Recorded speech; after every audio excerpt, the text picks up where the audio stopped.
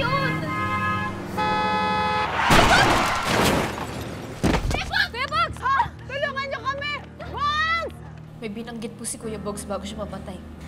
Sabi po niya, si Ma'am Moira daw po yung dahilan kung bakit na-aksidente si tatay. Tama pala yung hinala natin. Si Moira nga ang tumulong kay RJ sa hagdanan. I really need to see what's inside this hard drive. Okay lang ba, sir, na mahirap? Pero sir, kung may laman ho ito, kayang-kaya ko ipakita sa inyo.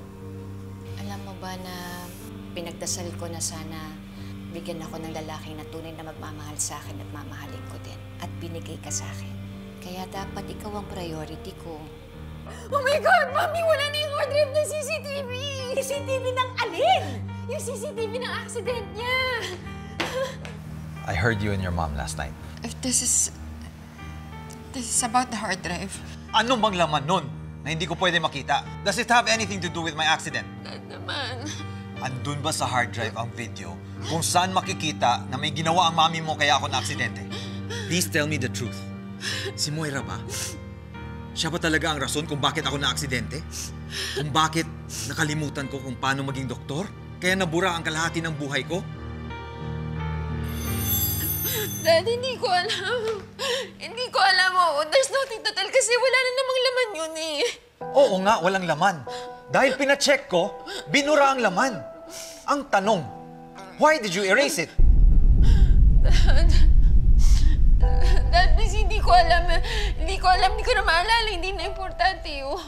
Anong hindi importante? That hard drive was evidence na hindi mo tinurn over sa police. Pati ba yun nakalimutan mo kung bakit hindi mo ginawa?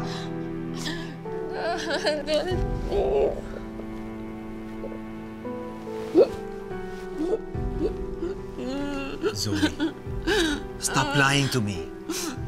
Kung nagawa ng mami mo na lukuhin ako, huwag kang gumaya sa kanya. I'm your father, for God's sake. I deserve to know the truth. Dad, I love you. We love you. Please, walang magbabago. Walang magbabago. Kami lang yung pamilya mo.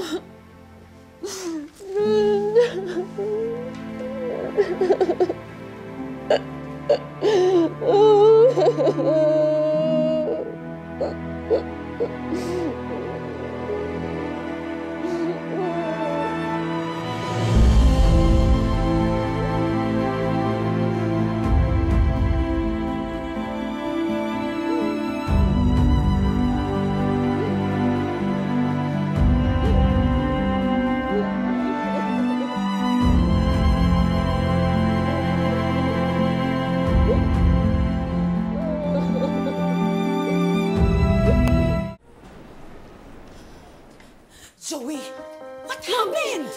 Mami, si Daddy galit na galit siya. Galit na galit siya about sa hard drive. Paano naman kasi iniwan mo ng pakalat-kalat yung hard drive? Natural makikita ng daddy mo yun. Ano gagawin ko? Huwag mo na nga akong pagiltihin. Everything's going downhill na nga, tapos ibabagsak mo pa ako.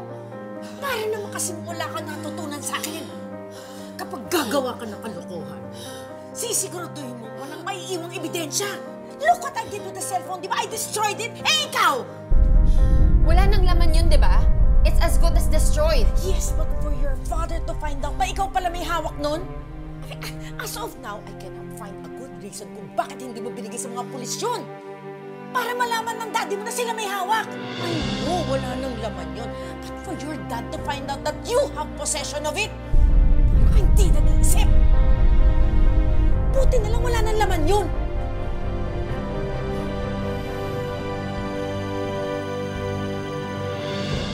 Naawa ako kay Zoe.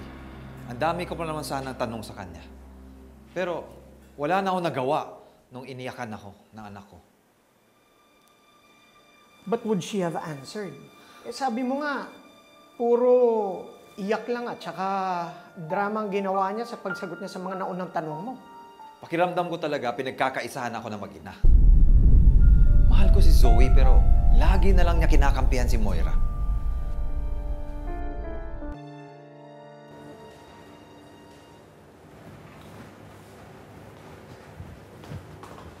Zoe, anong ginagawa mo dito? Andito ako kasi gusto kong kausapin yung mami mo. Gusto kong malaman kung nakuha niya ba yung cellphone ni tatay. Eh, ano namang pakialam kung si Mami ang nakakuha ng cellphone ng daddy ko. Kung makapagsalita ka, akala mo ikaw lang yung anak. Eh ako lang naman talaga eh. Saling pusa ka lang. Bakit hindi mo na lang ako sagutin? Nasa mami mo ba yung cellphone ni tatay? Whether it's with her or not, wala ka nang pakialam doon. Meron. Kasi kung nasa sa kanya yung cellphone, ibig sabihin lang nun, guilty siya. Guilty? Guilty saan? Zoe, pwede ba? Alam mo, wala nang point yung pagtatanggol sa nanay mo. Kasi konting panahon na lang, mabibisto na lahat ng kasalanan niya. Ano mga pinagsasasabi mo? You have nothing against my mother.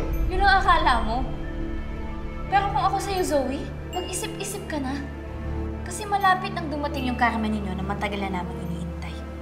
Ah, ganun ah. Napakayabang. Halika dito. Ha? Halika dito. Ayan, bagay sa'yo. Halika dito. Oh, yan. Bagay. Ano ba? Ano ba?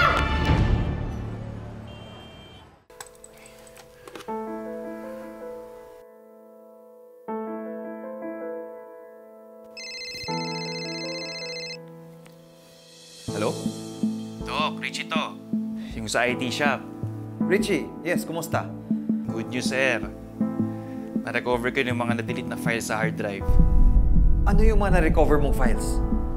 Sir, disclaimer muna. Hindi ho lahat na-recover ko kasi yung iba sobrang corrupted talaga.